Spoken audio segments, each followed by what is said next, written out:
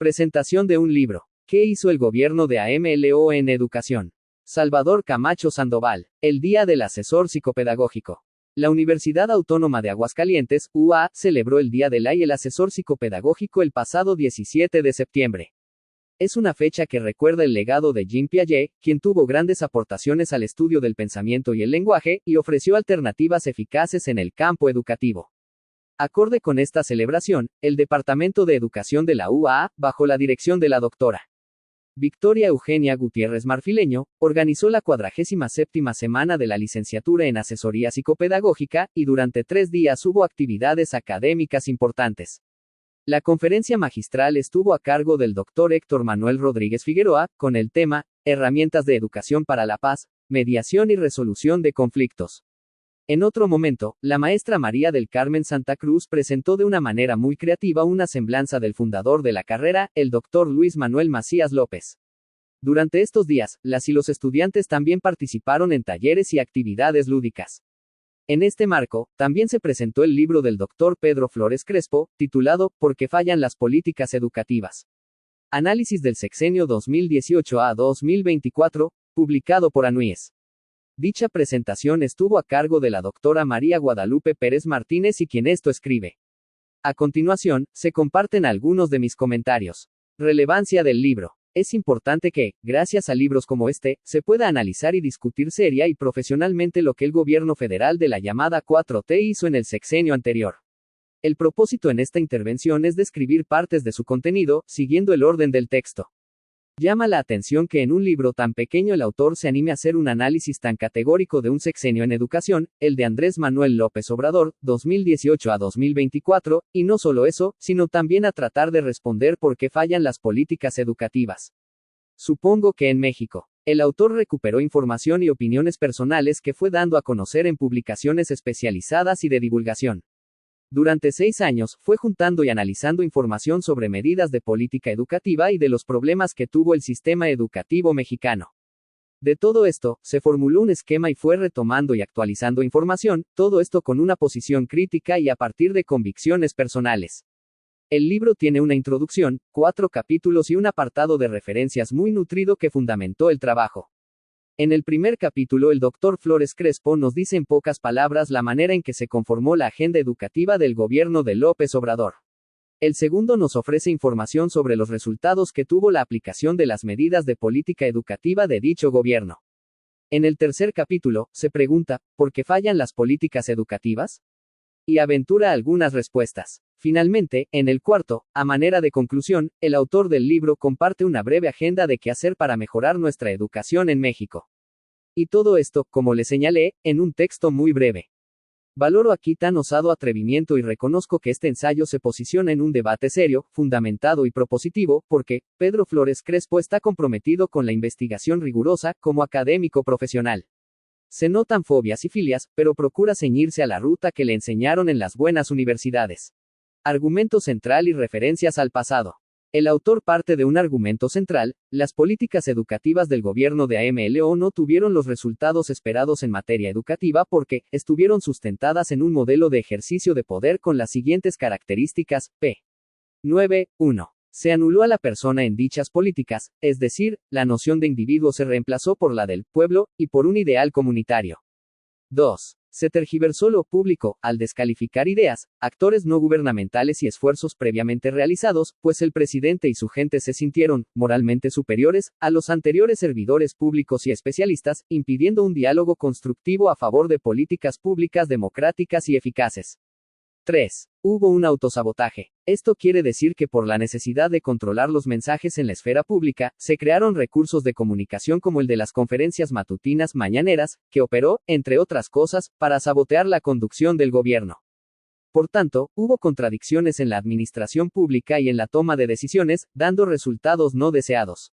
4. Se reemplazó la ética por la moral, y los valores éticos se convirtieron en valores, dúctiles y fácilmente intercambiables, de acuerdo a una autoridad autoritaria que pregonaba ideales difíciles de refutar como primero los pobres, lucha contra la corrupción, etc., pero que en los hechos se hacía otra cosa. En este sentido, la autoridad del gobierno se diluyó y la fuerza social para combatir los problemas educativos se extravió.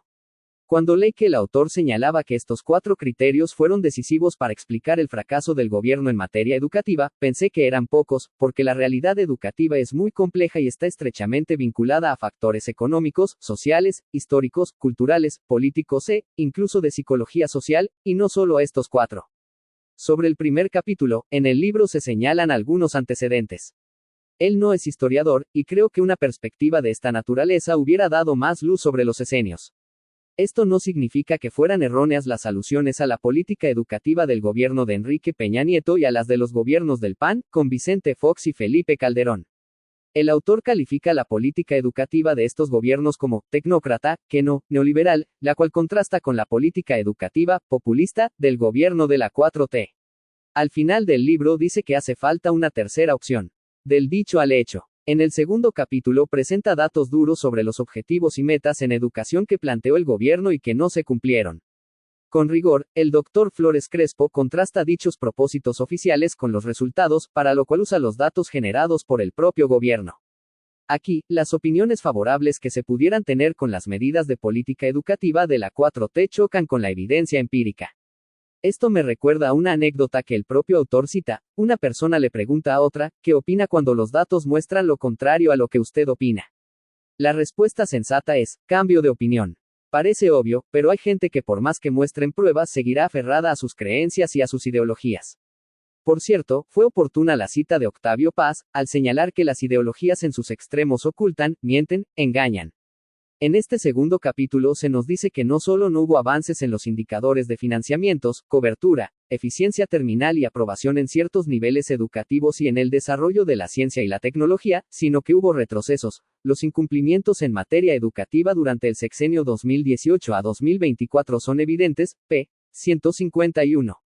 Como muestras, aquí señalo algunos resultados negativos, que creo debemos conocer quienes estamos trabajando en el sistema educativo, como docentes, directivos, supervisores, autoridades, investigadores de la educación. Según Mejoredu, el gasto público en educación básica, educación de adultos, superior, y ciencia y tecnología disminuyó en 0.6, 4, 1.4 y 0.3%, respectivamente, de 2019 a 2021, p. 54. Esto afectó todo el sistema, lo que se explica, en parte, que en el año 2023, solo 26 de cada 100 personas que entraron a primaria concluirán la educación superior. En educación media no hubo logro de metas. La pandemia afectó significativamente este nivel. Hay un apartado recomendable sobre la relación pandemia y su impacto en la educación en el país. La educación preescolar, que es obligatoria desde 2002, tiene una tasa de 66%. Y la cobertura de niños de 3 a 5 cayó, de 2018 a 2021, 8 puntos porcentuales. En primaria hay una exclusión de 500,000 de niños menos en primaria que cuando inició el sexenio, p. 57, no sé si se consideró la disminución demográfica. Los comentarios al vínculo entre gobierno de AMLO y magisterio son muy críticos, se usó a las y los maestros, pero el gobierno no les cumplió lo que les prometió. El autor habla del efecto placebo. También dice que no hubo revaloración sino romantización magisterial. En la educación normal, el presupuesto disminuyó drásticamente. En 2018, cuando AMLO llegó al poder, se asignaron 962 millones de pesos a la formación del maestro. Para 2021 solo le destinaron 141 millones, p. 60. La meta de cobertura en educación superior del 50% para 2024 no se cumplió. En 2023 solo se llegó a 44%. Recuerdo al presidente diciendo que nadie iba a ser rechazado en las universidades públicas. Nos imaginamos entonces lo que pasaría en la UNAM si todos entraran. El año pasado no fueron aceptados 130,000 jóvenes. Para darnos una idea de la magnitud del asunto, Aguascalientes tiene una población de 120,000 estudiantes en educación media y superior en total. El problema de acceso al sistema educativo ha sido un problema, pero lo son también los bajos puntajes de aprovechamiento escolar.